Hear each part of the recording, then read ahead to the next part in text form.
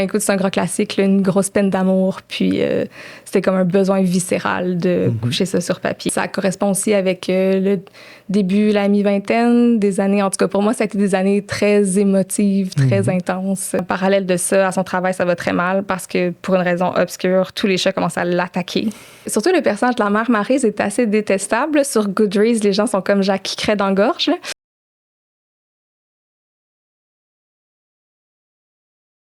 Mais ça me fait vraiment plaisir d'être ici avec toi et que tu sois ici pour parler de ton roman, ton dernier roman que tu as publié. Mais peut-être avant de commencer, est-ce que tu peux te présenter pour les personnes qui nous écoutent? Oui, je m'appelle Maude Jarry, je suis autrice, écrivaine, poétesse. En fait, c'est ça mon parcours scolaire. Ça a été assez typique au début, dans le sens j'ai fait un DEC en arts et lettres. Après ça, j'étais allée à l'Université de Montréal faire un baccalauréat en écriture de scénario création littéraire. J'ai abandonné à 2 cours de l'obtention de mon diplôme. Puis là, j'ai comme fait un 180. J'étais allée faire une technique en thanatologie. OK, donc il te manquait 2 cours pour finir. Tu t'es dit non. Ouais, ça marchait pas du tout. J'étais vraiment plus motivée. Ça marchait pas très bien. Ma santé mentale, c'était pas super non plus. Le milieu académique, ça me fonctionnait vraiment pas pour moi. Ouais. Puis donc, c'est ça. J'étais allée dans un milieu complètement différent. J'étais dans le milieu funéraire pendant à peu près 4 ans. OK. Après ça. Puis après ça, j'ai terminé mon baccalauréat. Donc, t'es revenu. Oui, parce que là, j'ai su que ça l'expire des crédits universitaires après 7 ans. Ah ouais. Puis là, je me suis dit, c'est trop bête de comme pas avoir mon bac pour 2 cours. Tu sais, en plus, il y en avait un cours, c'était un cours hors programme. Là, c'était vraiment n'importe quoi. Donc, j'ai décidé de le terminer. Je m'étais inscrite à la maîtrise. Ça l'a fait une session. Puis après ça, bon... ouais, c'était à peu près ça. Je me suis mis à écrire plus sérieusement. Puis... Ah, mais je savais pas que tu pouvais perdre tes crédits à l'université. Oui, ils peuvent choquant. décider que... Comme c'est fini. Ouais, c'est plus valide. Ah ouais, OK, intéressant. Et ton parcours d'écrivaine, c'est qu'est-ce qui t'a motivé à écrire, en fait? Ben, c'est le grand classique. Là, depuis toute petite, j'écrivais. Qu'est-ce qui m'a motivée à écrire? Ben, mon premier livre, c'est un recueil de poésie. En fait, si j'étais un motel, j'afficherais jamais complet. Mais moi, je mélange à mon Dieu, parce qu'il est trop long. Mais c'est ça. Donc, ben écoute, c'est un grand classique, là, une grosse peine d'amour. Puis, c'était comme un besoin viscéral de coucher ça sur papier. Puis, je pense que j'avais besoin de quelque chose de très intense pour me pousser à écrire parce que c'est quand même intimidant, l'écriture, je trouve. Ouais. En tout cas, moi, ça m'intimidait beaucoup. J'avais comme ce besoin, ce désir-là, mais de dire que je le faisais puis je l'assumais... Et quand tu dis un moment intense, ça veut dire que ta rupture était quand même assez intense? Oui, c'était après la rupture. Okay. Ben, ça avait été ma relation la plus sérieuse. Là, on avait été fiancés, tout ça. Puis bon, ça correspond aussi avec le début, la mi-vingtaine, des années. En tout cas, pour moi, ça a été des années très émotives, très intenses. Donc, ça l'a... On dirait que ça a allumé le feu de... Ben, c'est un peu le grand classique, là, la première œuvre qui est très autobiographique, puis très dans les blessures et tout ça. Là. Donc, j'échappe pas à cette tendance-là. Là. C'est un peu ce qui m'a amené à la littérature malgré moi. Mais ça, c'était plutôt un recueil de poésie. Mais exact. Là, pour ton nouveau roman, c'est plutôt... Ben, c'est un roman, en fait. Oui, c'est un roman. La mer des larves. Ouais, c'est ça. Est-ce que tu avais déjà écrit des romans auparavant, dans le sens que peut-être pas publié, mais est-ce que tu as déjà pratiqué?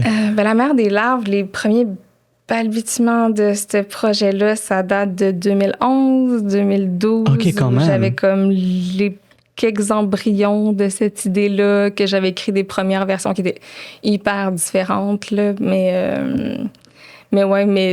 j'étais pas consistante. En fait, j'avais vraiment l'idée que l'écriture, c'est d'être inspirée. J'avais pas compris que c'est surtout du travail et pas tant de l'inspiration. C'est ce qu'on parle un peu en pré-entrevue, là, que c'est ça, c'est plus de s'asseoir puis d'écrire, peu importe qu'on se sente inspiré ou pas. Mais c'est ça, j'écrivais pas parce que j'attendais. J'avais comme le cliché que je pensais que ça allait me venir. Donc, c'est pour ça que ça a pris... Ouais. Donc, au début, c'est ça, t'attendais d'avoir ce moment d'inspiration pour écrire. Ouais. OK. Et ben, c'est ça. Spoiler, ça n'arrive pas ou ça t'arrive une fois par année. Fait que c'est ça, il y a genre une journée dans l'année que t'écris comme 15 pages, t'es super motivé, mais après ça, si tu poursuis pas puis t'as pas un peu de mon Dieu, je cherche mon mot. d'encadrement, là, puis de rigueur. C'est ça, il se passe pas grand-chose avec ça. Ouais. Puis justement, avant, on parlait de ce processus créatif, de création, que je trouvais ça intéressant. Est-ce que tu peux m'en parler un peu plus? Comment tu fonctionnes pour rédiger? Oui, c'est ça. Ben moi, en fait, c'est vraiment la méthode d'un nombre de mots par jour. Donc, moi, j'écris 1000 mots par jour quand je suis en période de rédaction. Puis, je relis jamais ce que j'ai écrit la veille, dans le sens pour m'empêcher de retravailler le texte, parce que sinon, je suis constamment dans la réécriture et pas tant dans l'écriture. Puis, surtout, c'est ça, mettons, avec La Mère des larves, j'ai tellement coupé des grands pans du livre.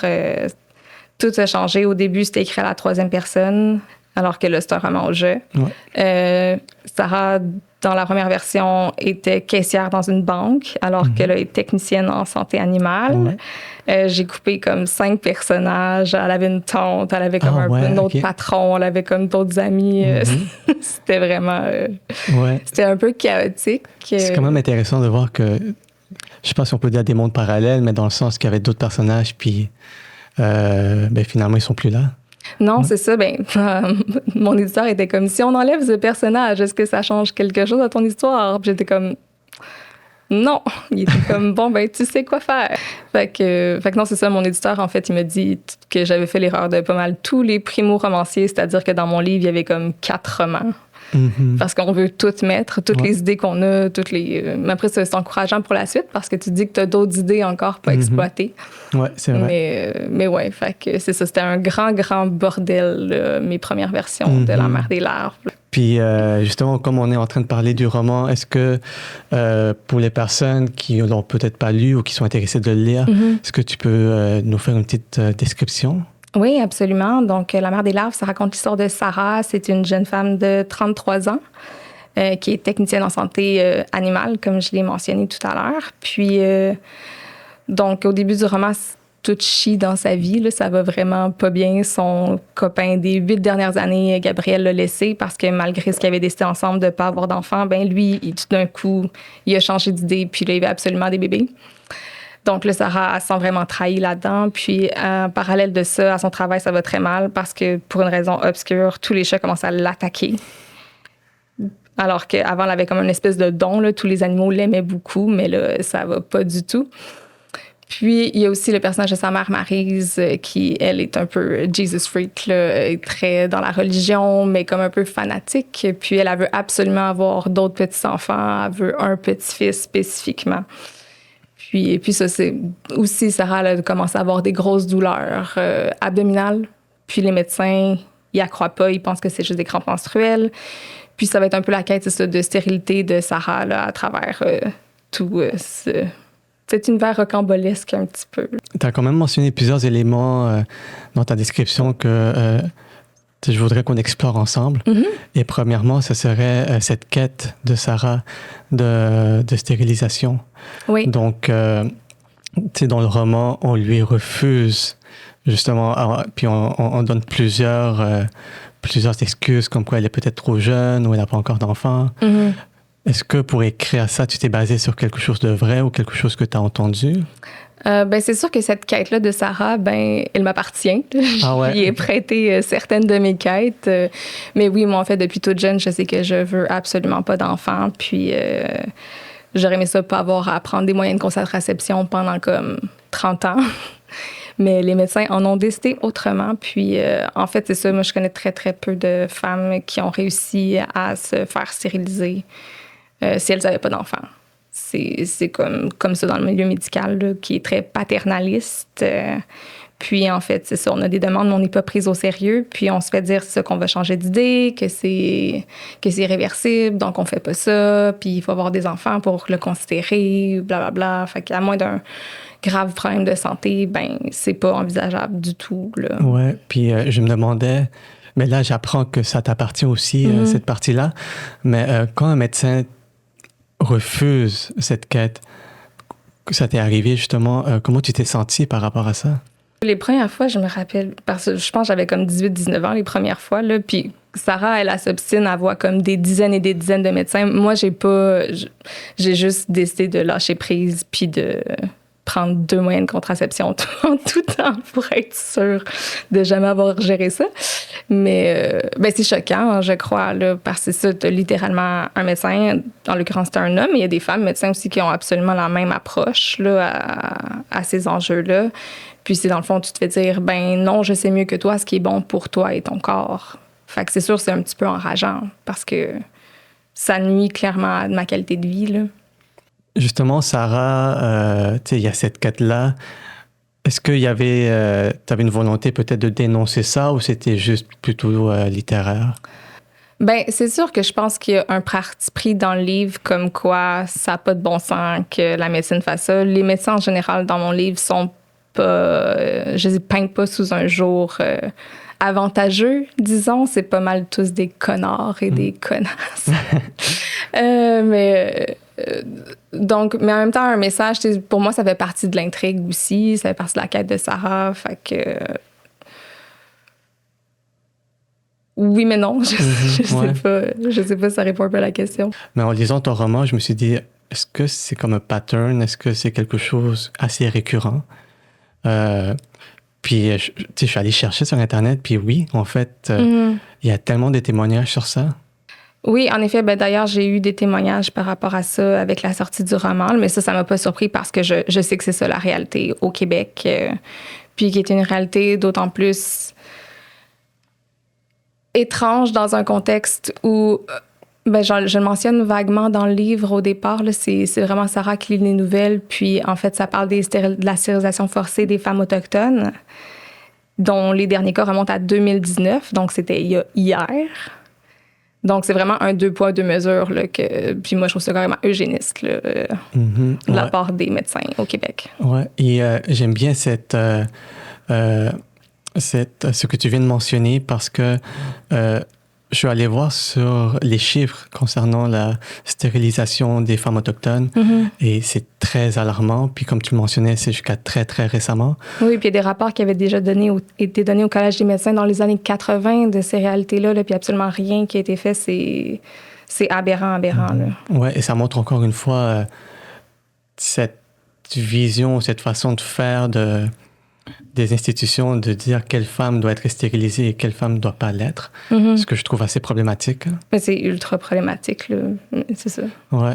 Puis ce que je trouvais intéressant aussi, c'est d'un article de la presse que j'ai lu, et ça mentionnait justement cette 2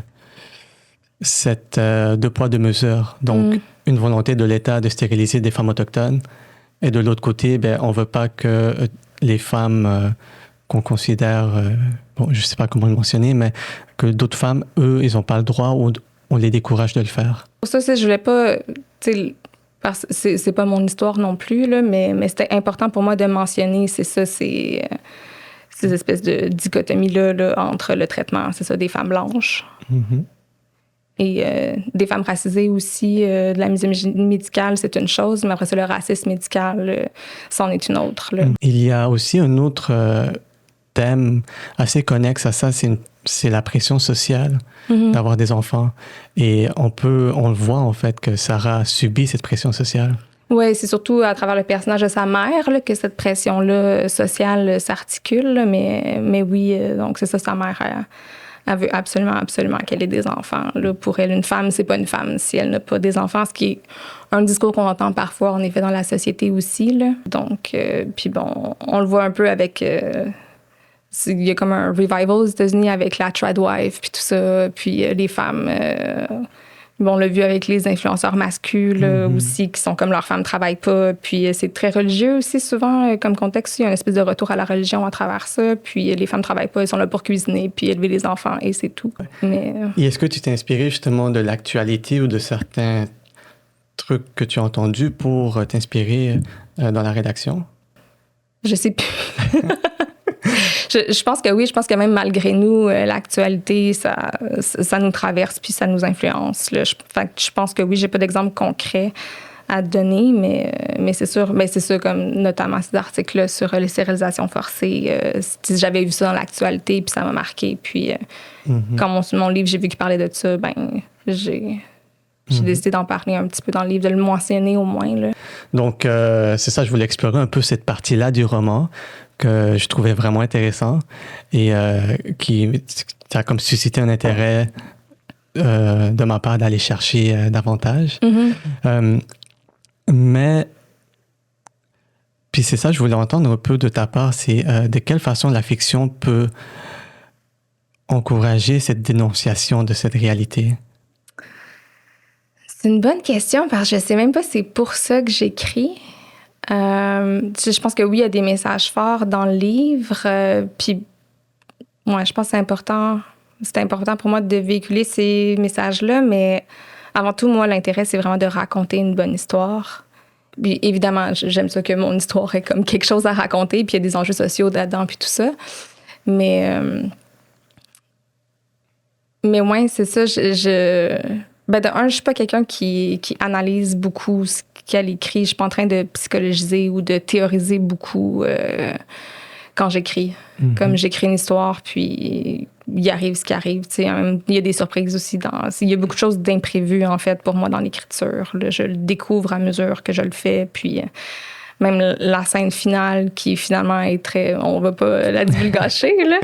Mais c'est ça, la scène finale, ça a été écrit à la toute fin, toute fin. Là. C'est avec mon éditeur. Il était comme, on pourrait pousser le concept plus loin, puis y aller all-in. Puis j'étais comme, OK, je vais essayer de penser à quelque chose. Ouais. Mais c'était comme une surprise, là, cette finale-là. OK, donc quand tu étais en rédaction, tu savais pas encore vers où ça l'amenait?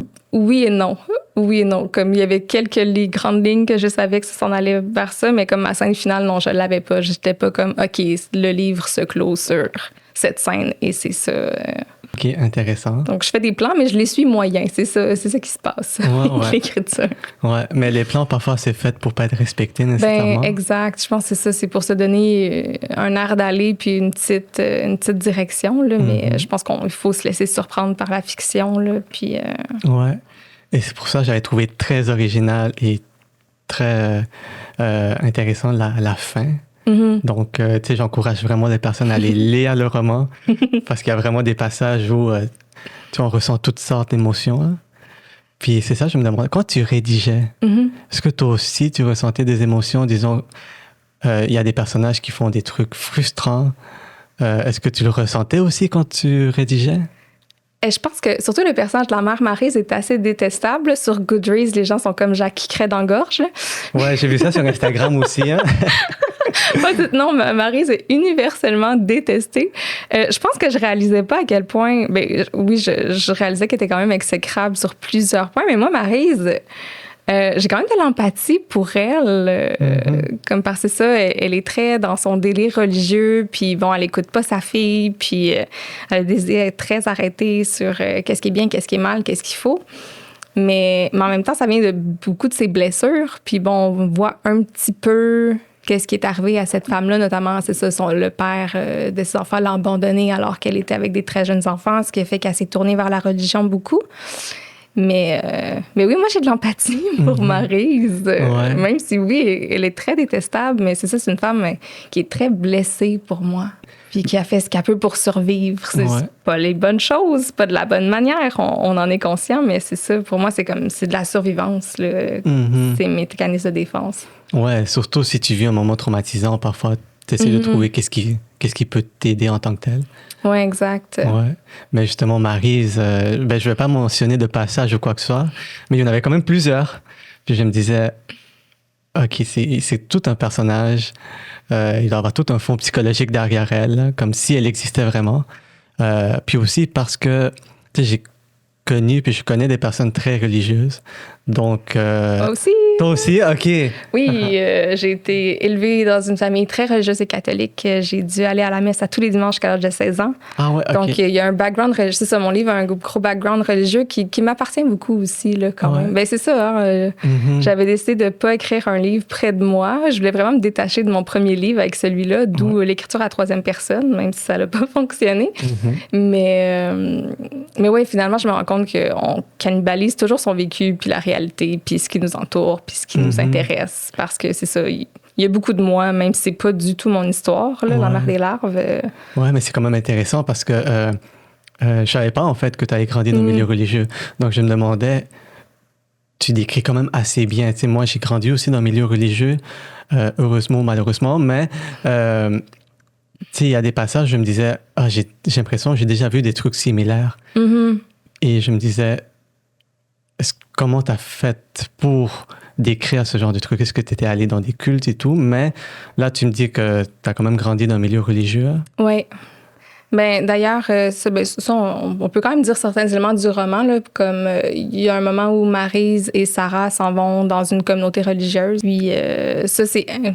évidemment, la communauté n'existe pas, là, parce que c'est une communauté très bizarre, mais j'ai volé beaucoup d'éléments à une communauté que j'ai fréquentée quand j'étais adolescente.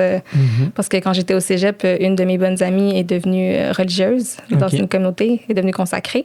Puis j'allais lui rendre visite souvent le week-end, puis toute cette espèce de gros couvent. Donc, c'était une communauté éloignée aussi? Ouais, c'était en Estrie. C'était comment?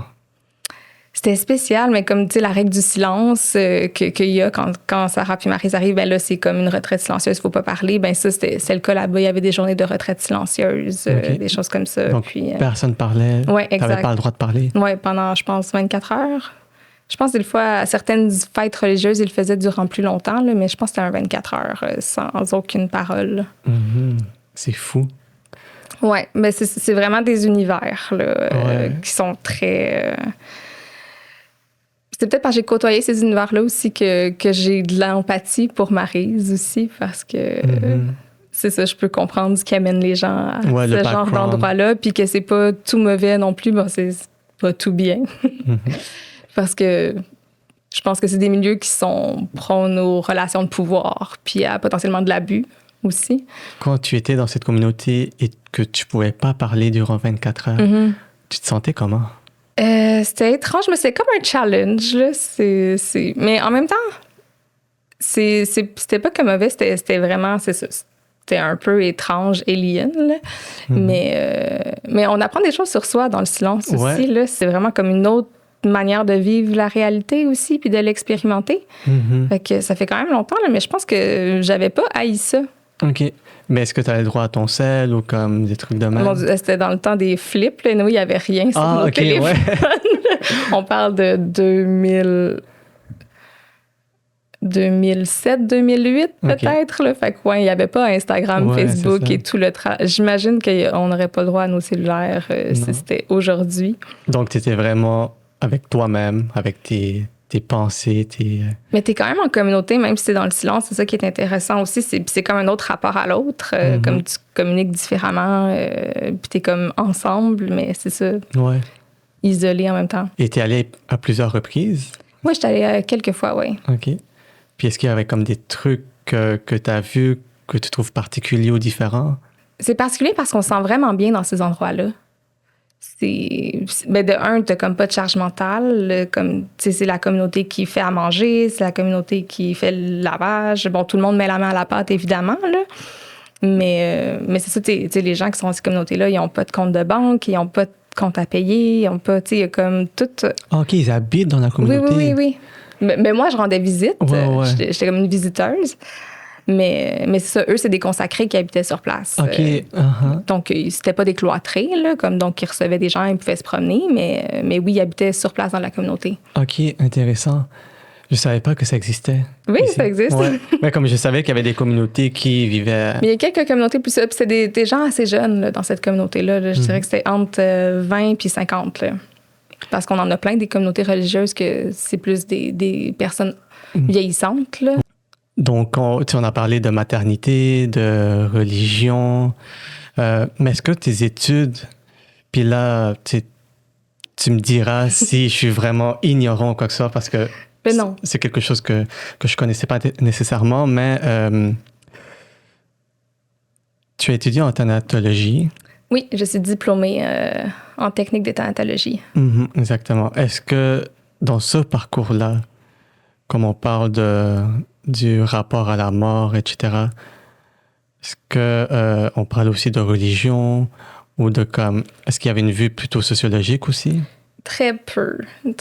C'est plus une technique. Oui, en fait, c'est ça. C'est une technique. Fait qu'on a quelques petits cours qui se veulent, comme on avait 2 cours techniquement de psychologie, mais c'était surtout de la psychopop, là, sur le deuil, les étapes du deuil, tout ça. On avait un cours de service funéraire où on abordait surtout les rites religieux d'autres communautés culturelles que la communauté blanche francophone catholique. Donc, il y avait ça qu'on regardait un petit peu, surtout parce qu'à Montréal, c'est très multiculturel. Mais c'était très en surface, là, de base. Puis on avait personne des communautés qui venaient. C'était vraiment... ouais. Mais est-ce que ça t'a quand même inspiré dans tes écrits? Ben c'est sûr, j'ai comme 2 chapitres dans le livre qui se passent dans un salon funéraire. On n'en dira pas plus. Mais donc, oui, ça, c'est sûr que c'est tout le temps que j'ai passé dans le milieu funéraire. Mais je crois que Sarah commence à paniquer, puis là, il y a du monde qui vient, etc. Ça, c'est quelque chose que tu avais déjà vu? Est-ce que tu parles du verre qui sort du nez du cadavre? Oui, c'est basé... moi, j'étais pas présente, mais c'est déjà arrivé à un salon funéraire où je travaillais. Parce qu'en fait, l'été, il y a beaucoup de mouches. Puis on essaie le plus possible qu'ils ne rentrent pas dans le laboratoire. Mais les mouches, en fait, c'est fait pour pondre dans nos orifices. En fait, les mouches détectent vraiment rapidement l'odeur de la mort. Puis dans les minutes, heures qui suivent, c'est ça, ils vont venir pondre chacune à peu près dans un contexte... naturel. Ils viennent pondre comme 2000 œufs chacune dans les orifices du cadavre. Ah ouais, OK. Ouais. Donc, probablement, ce qui est arrivé, c'est que soit qu'il n'y avait pas eu assez de désinfectant dans les narines ou quelque chose comme ça, mais c'est ça, il y a pu avoir une mouche qui a réussi à pondre un œuf, puis il y a une larve qui a éclos. OK, ouais. Ce qui est un processus super naturel et normal.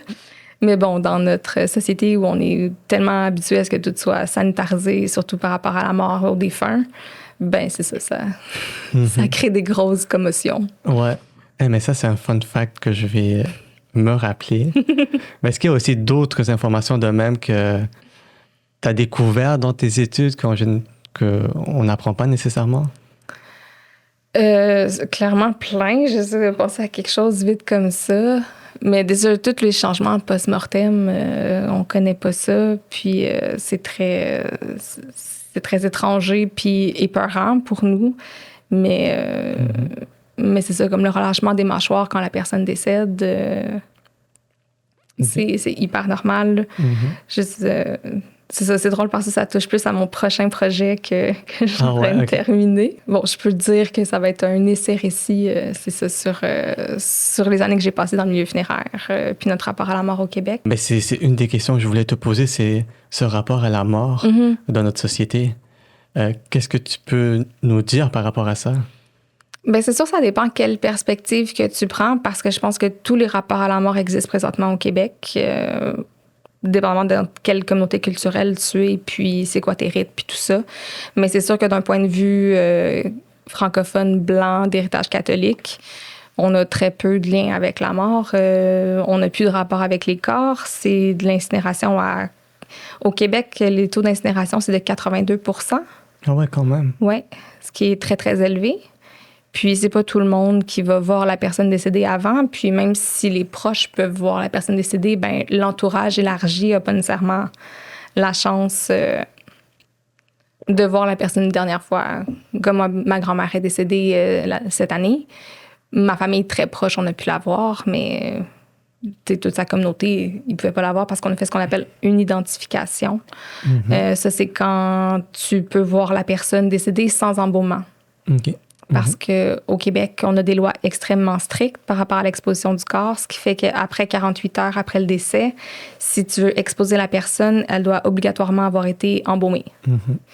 Puis c'est ça, l'ID, c'est comme une manière de contourner ça un petit peu, même si techniquement, tu n'as pas le droit de toucher le cadavre dans ces cas-là. Mais c'est ça, ça va être en très petit comité. Les maisons funéraires, ils veulent pas que ça soit une exposition publique, en fait. Fait qu'il faut que c'est juste quelques membres de la famille proche, puis c'est en général maximum une demi-heure. Est-ce que ça a toujours été comme ça ou comme ça a évolué au cours du temps? Ça a vraiment évolué au cours du temps. Ben, les maisons funéraires au Québec, ça existe depuis un peu plus de 100 ans à peine. Ouais, c'est comme fin 19e siècle, les maisons funéraires au Québec. Les début. Ouais. Puis, c'est ça, l'embaumement, ça a commencé vraiment à se démocratiser autour de 1940. Fait que ça fait même pas 100 ans. Okay. Mais on a tous changé nos lois en fonction de ça. Mais bon, c'est... Je pourrais rentrer deep là-dedans, là, avec le Conseil de l'hygiène du Québec. Mais je veux en apprendre plus. Je trouve ça tellement intéressant. Ouais, tu vas aimer mon prochain livre. Ah, nice. Mais Mais oui, c'est ça, dans le fond, c'est qu'on a des médecins hygiénistes qui ont comme commencé à capoter avec les épidémies puis à faire des lois pour limiter la contagion. Parce qu'il y avait beaucoup de maladies contagieuses qui décimaient la population à cette époque-là, sauf que tranquillement, ces lois qui visaient seulement les cadavres contagieux, ça s'est transmis à tous les cadavres, point. Mhm. Donc là, aujourd'hui, c'est ça, même si les cadavres... En fait, dans la loi présentement, si les cadavres sont vraiment contagieux, mettons, si on pense à une maladie comme Ebola, que là, en effet, il y a des gros risques pour la santé publique, bien, tu n'as pas le droit de faire une thanatopraxie. OK. Donc, cet argument-là que la thanatopraxie sert à protéger la santé publique, parce que c'est ça que la loi et l'industrie nous dit, ben c'est de la bullshit. Une petite question de précision. Oui. Surtout pour moi, mais peut-être pour d'autres personnes qui nous écoutent. Thanatopraxie, qu'est-ce que tu veux dire par ça? Thanatopraxie, c'est synonyme de embaumement. Donc, c'est tout le processus qu'on va prendre le corps, on va soulever les artères et une veine. Par l'artère, on va injecter une solution de produits chimiques et cancérigènes. Mm-hmm. Puis par la veine, on va laisser sortir le sang. Puis avec la pompe, dans le fond, ça va injecter la solution puis faire sortir le sang du corps, ce qui va préserver temporairement les tissus du corps humain pour son exposition. Puis après ça, on fait ce qu'on appelle un traitement des cavités. Donc, on a un objet qui s'appelle le trocar, qui est à peu près long comme ça, qui est un tuyau, un hydroaspirateur, en fait, avec une pointe où on va aller percer tous les organes de la cavité thoracique et abdominale. Mm-hmm. Puis après ça, on va injecter un liquide préservateur dans les cavités aussi. Je crois que c'est la première fois qu'on me l'explique bien détaillé. Oui, mais personne ne sait c'est quoi techniquement un embaumement. Même moi, quand je rentrais en thanatologie, je savais même pas c'était quoi embaumer quelqu'un. J'étais comme, OK, on va embaumer des gens. Ouais. J'ai aucune idée c'est quoi que je vais faire. C'était-tu difficile d'apprendre tout ça? Je me suis rendu compte pendant mes études que j'ai vraiment pas une dextérité fine. Ah ouais, OK. Fait que pour moi, ça a quand même été challengeant. Je te dirais, les techniques, c'est ça. Quand t'as pas de dextérité, c'est une bonne qualité à avoir si tu veux être un embaumeur. Ouais. Donc, j'y suis parvenue. Là, je pense que je me débrouillais quand même bien, mais c'est ça a été long et pénible dans mon cas de devenir compétente. Là. Puis, juste avant que je pose ma question technique, de précision, tu parlais des lois qui sont assez strictes. Oui. Puis ensuite, tu as dit que c'est la bullshit. Est-ce que tu parlais des lois ou comme... Oui, entre autres. OK. Ben, en fait, c'est ça. Nos lois disent que c'est pour la protection de la santé publique, mais c'est pas vrai. Il n'y a aucune étude qui vont dire que les cadavres sont dangereux. Ah ouais.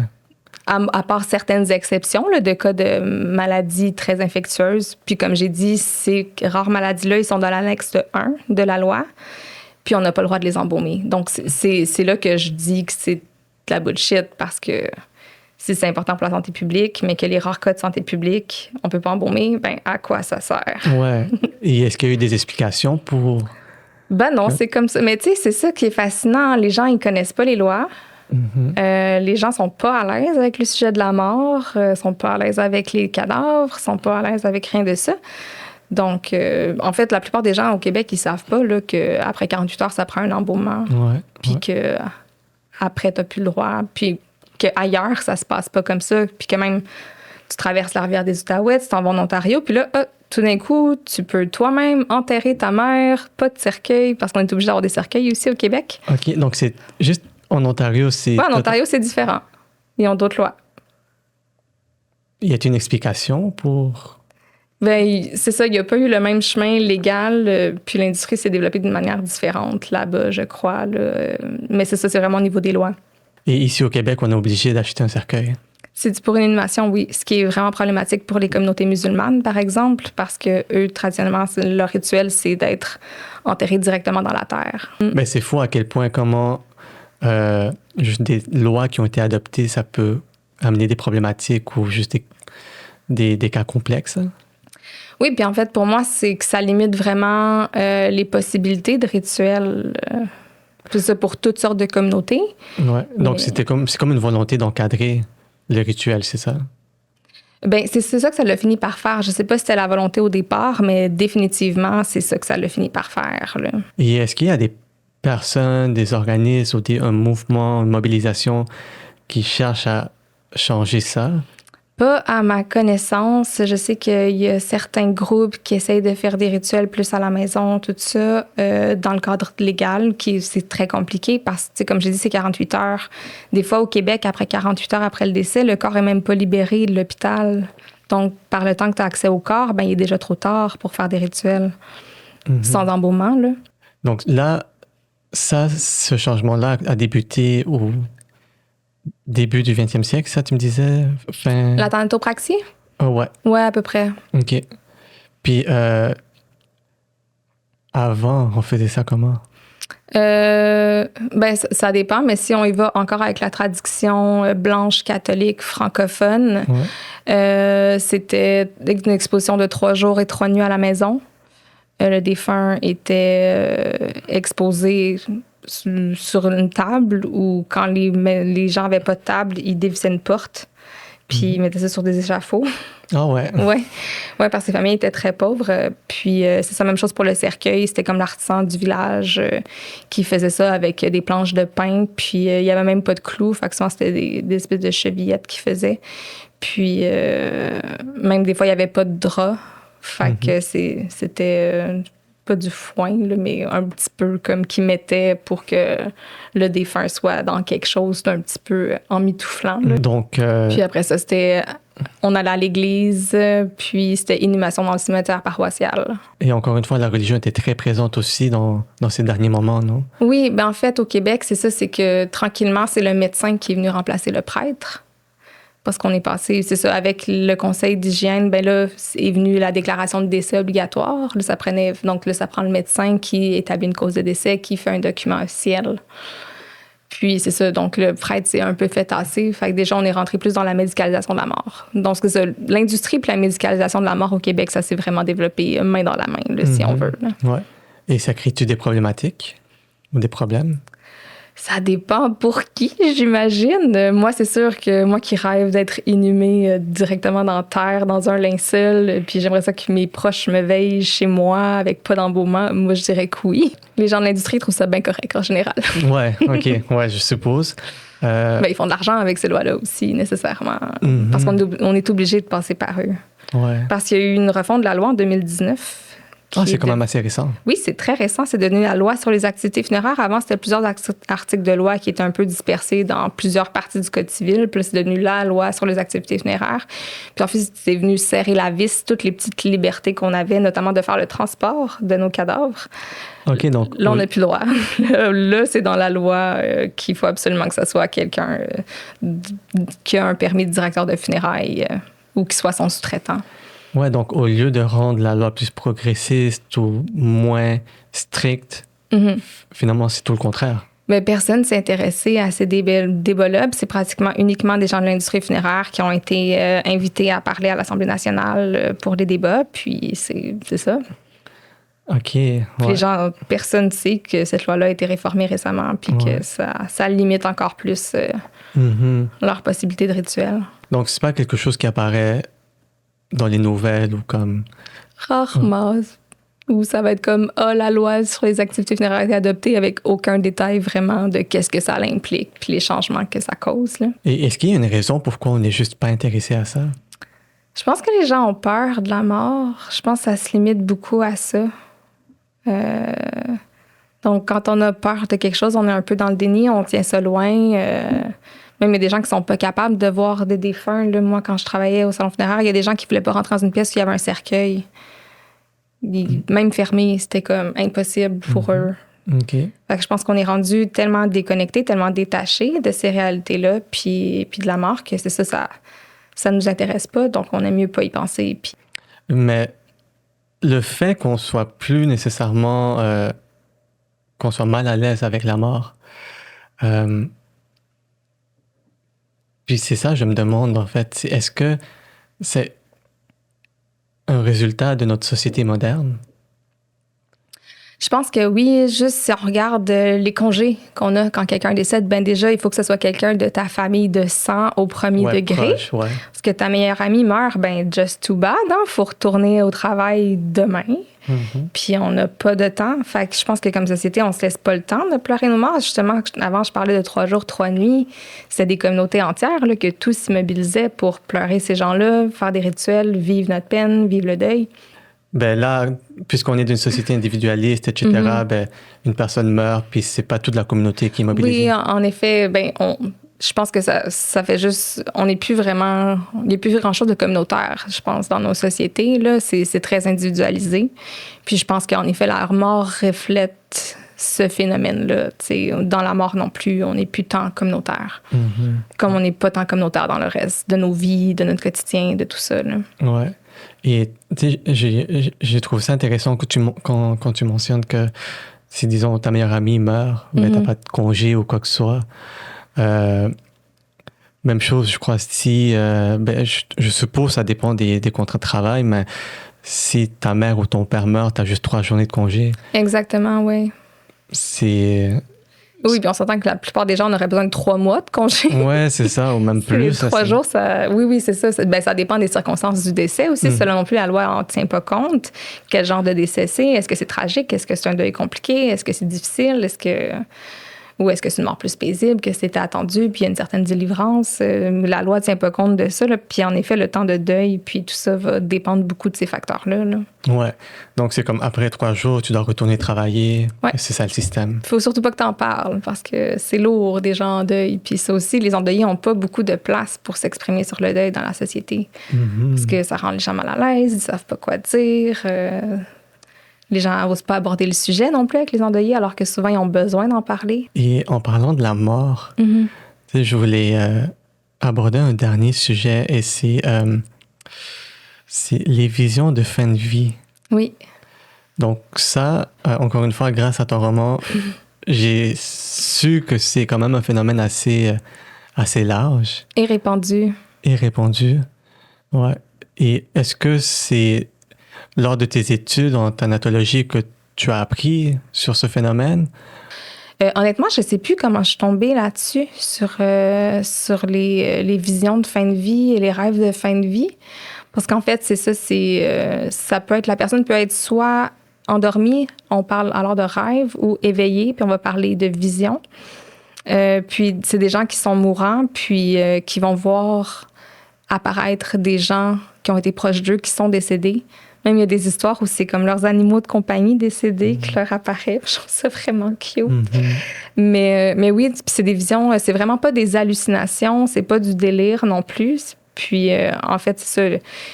Il y a un médecin de Buffalo qui a fait une étude là-dessus, qui travaille beaucoup en soins palliatifs, puis dit que c'est important d'expliquer mieux le domaine médical, c'est quoi ces visions de fin de vie, parce que des fois, il y a des médecins qui vont avoir tendance à les médicamenter, parce qu'ils vont penser justement que c'est du délirium ou quelque chose comme ça, mais ça va les enlever. La médication, souvent, ça va empêcher d'avoir ces visions de fin de vie. Puis en fait, ça, c'est très apaisant en grande majorité pour les mourants, puis même pour leurs proches.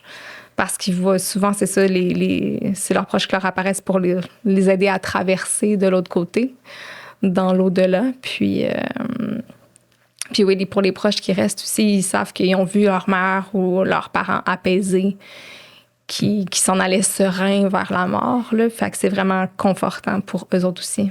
Ouais, et justement, je suis allé lire l'article dans le New York Times parce que ça m'avait vraiment intrigué. Puis je crois qu'il mentionnait que ça arrive à 80% des personnes, je crois, en fin de vie. Je pense que oui. En fait, il y a une méta-analyse qui a été faite, je pense, en 2018. Je me rappelle plus l'année, mais c'est de 18 études différentes. Puis les questionnaires qu'ils avaient donnés aux gens, c'était 77% des répondants qui avaient eu de ces visions-là. Fait que oui, c'est pas mal plus répandu que ce qu'on pourrait croire, là, parce qu'on n'entend pas vraiment parler de ce phénomène-là. Là. Ouais. Donc après ça, est-ce que c'est réel ou pas, on le saura jamais, ou on le saura sûrement quand on sera mort nous-mêmes. Mais ça, moi, j'ai pas d'opinion sur la vie après la mort, là, comme je sais pas. Ouais. Mais que ça existe, cette espèce de vision-là, je trouve ça réconfortant de savoir que ça existe. Ouais. Notre cerveau est capable de produire ça. Ouais. Justement pour bien traverser cette dernière étape de la vie.